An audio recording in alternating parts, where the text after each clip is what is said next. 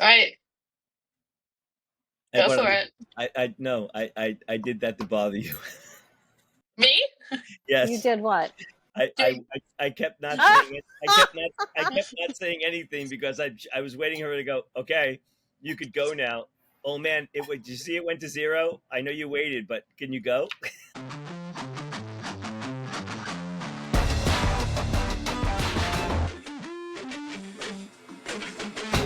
So hi, welcome to the Indie Music Network podcast presented by Not Dead Yet Media. It's where we talk about how artists can break through the noise and gain visibility in the music industry. I'm one of your hosts, Russ Rieger, music executive, manager, and entrepreneur. I'm joined by my core team and good friends, Heather and Rebecca. Hi, guys. Hey, Russ. Hey. Hi. So, How's it going? it's you know what it's been off today, but it's going to get better as we go on. I thought maybe you'd introduce yourselves a bit, and then we could talk about today's episode. Of course. I'm Heather. I am also All right, a that was great. manager. That was great. Wonderful. Next. Oh, Awesome. Go sorry. ahead. Well, this will be short anyway. But I am a manager. I am also an entrepreneur, and my newest hat that I wear is being a podcast producer and editor. How exciting! And I'm Rebecca. I call myself a social entrepreneur because I like to build things with people. And I prefer to do things together, build things together, not do it alone. And I wear the marketing hat in this trio. So I've been working with artists and creative creators for the past couple of decades. And I like to especially work with people who don't necessarily fit inside a box.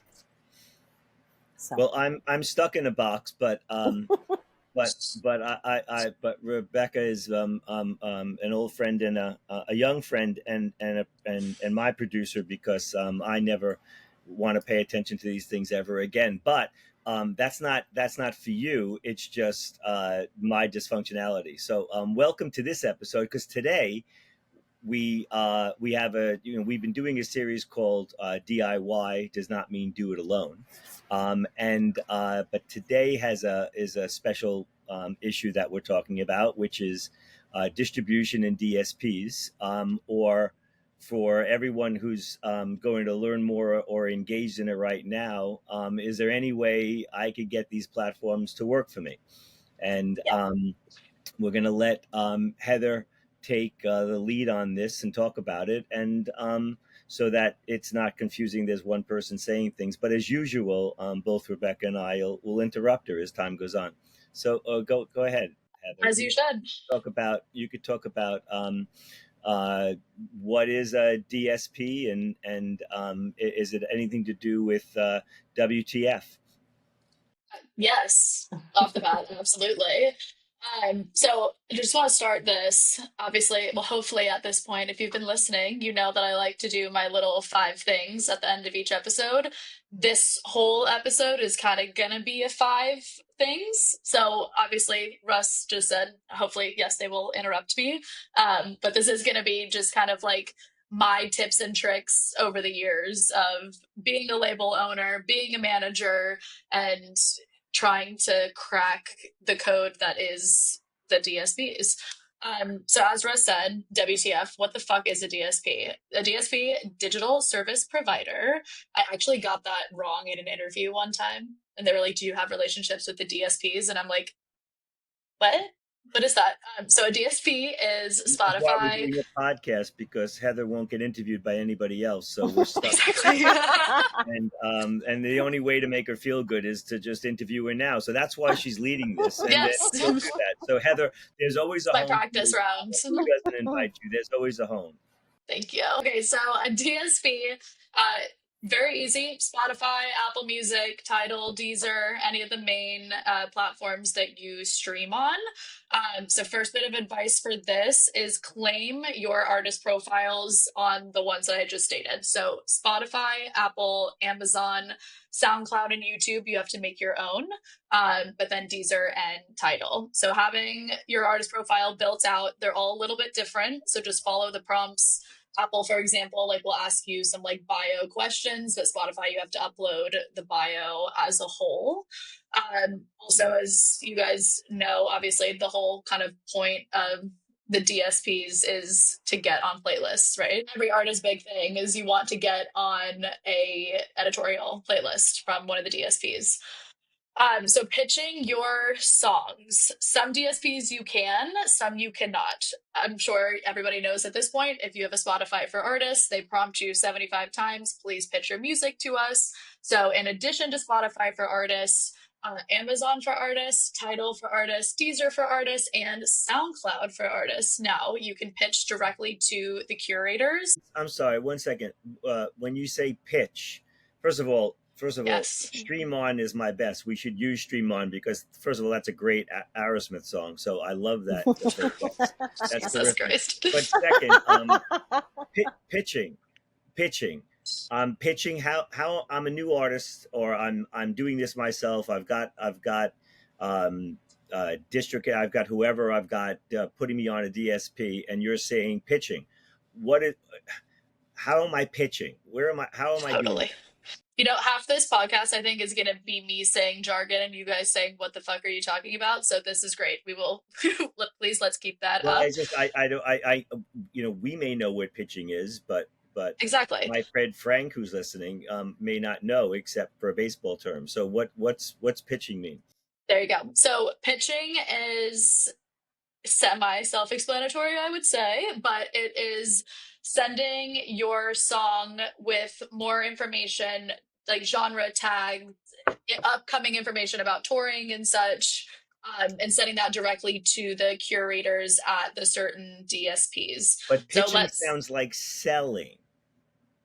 Pitching sounds like selling, not just information. If it's just information, then how does a new artist? In other words, if you said before, I want to get on a editorial playlist, you want to give them a reason to put you on. So isn't pitching a selling tool, or no, I'm wrong?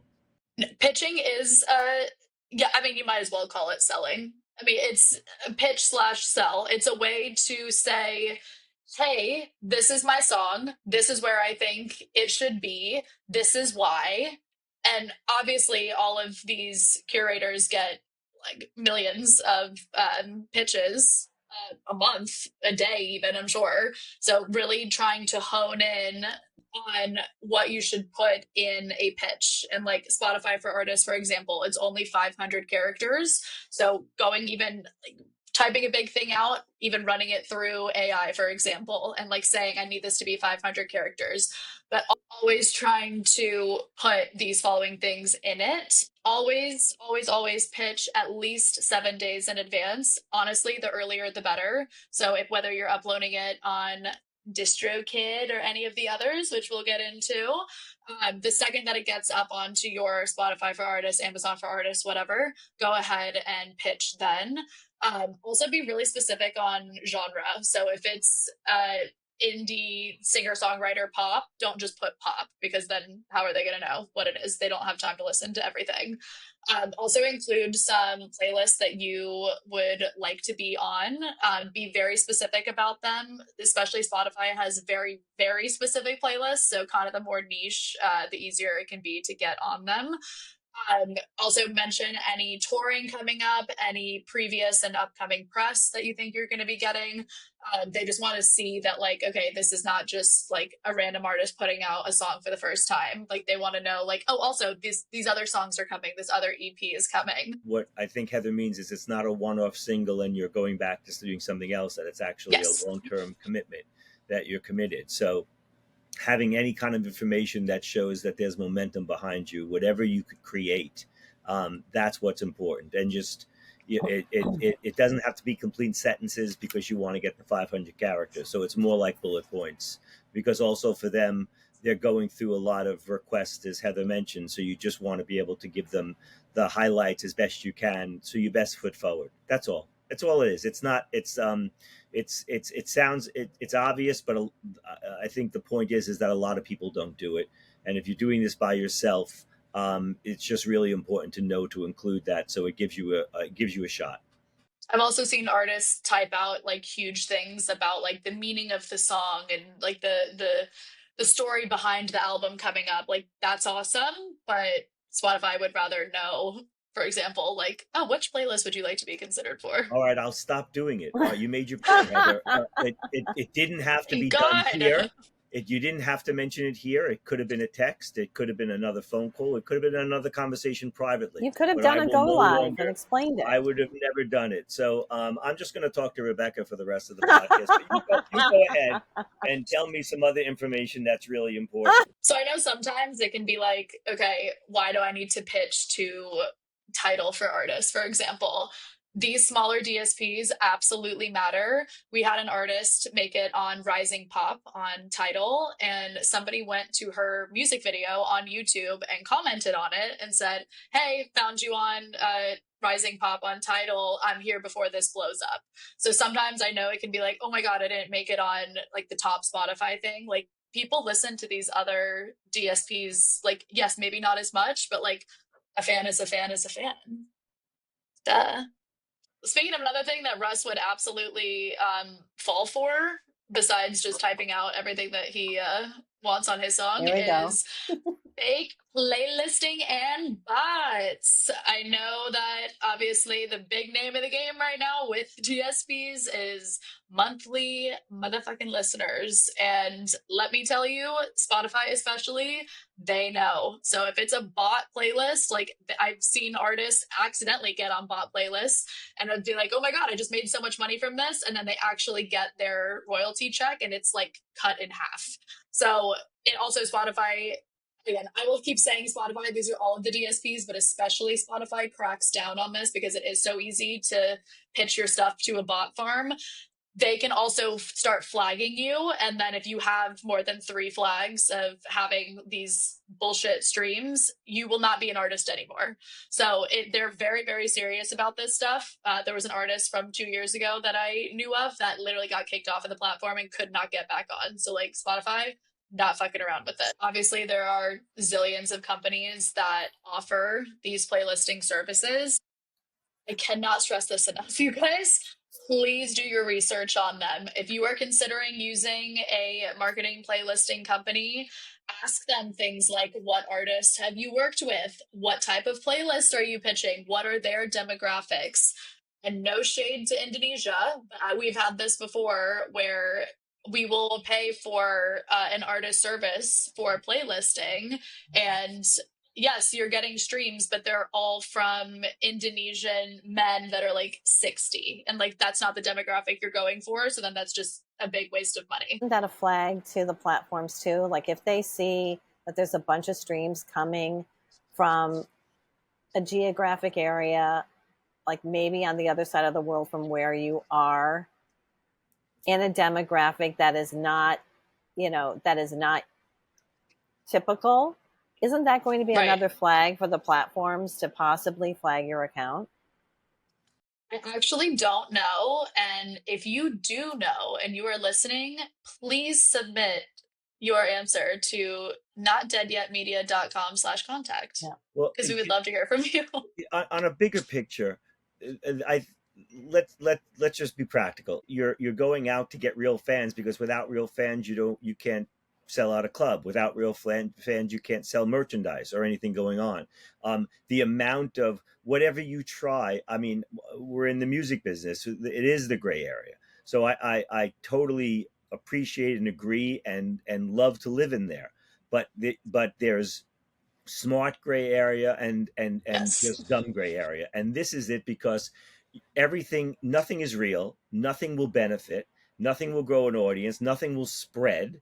So and also you can spend enough to get the kind of streams that anybody would pay attention to. So I think when Heather keeps using the word research, which is already making you want to go back to school, I think you don't need to research it. People are going to be selling you everything to try and make money and take money from you. Everything we talk about is for you to organically and authentically build an audience, and the best ways to do it. So what we're talking about here is, obviously the whole point is do it yourself is not do it alone. But many times you are alone in these situations where you're putting something out on a platform, but you have to do some of this work because they may promise you, but they're not going to do it. But everybody that's like associated with this, all these other like firms that are trying to get you to pay them a monthly or whatever to go, that's promising things, just like anything you get, it's buyer beware. Don't, that's not what you're really going for. We're just trying to give you some practical information so that you're positioning yourself as best as you can for that. But any of these other shortcuts, they're not going to do you any good, and you're going to lose money, possibly get kicked off, or not have anybody pay attention, and you've done it for nothing. And you'd rather have that time playing a gig or trying to get a gig or writing another song. Also, one more quick point that I forgot to mention before. This happens all the time too, where you will get added to a bot playlist, like for no reason whatsoever. Yes, those streams will continue to come in, but you immediately need to go on your Spotify for Artists and tell Spotify for Artists, I've been added to this playlist. This was not me. And then they have no way of taking you off for some reason, but they at least then say, like, on your account, like, okay, they didn't pay for this. It's usually very easy to catch because it'll be the most AI looking cover with like kind of a nonsense name. If you go and click on it, you can very easily tell. These artists that are trying to do a lot by themselves or with different help, this is something that hopefully it's either very obvious or you get an email to let you know. It's not something that you're weekly policing.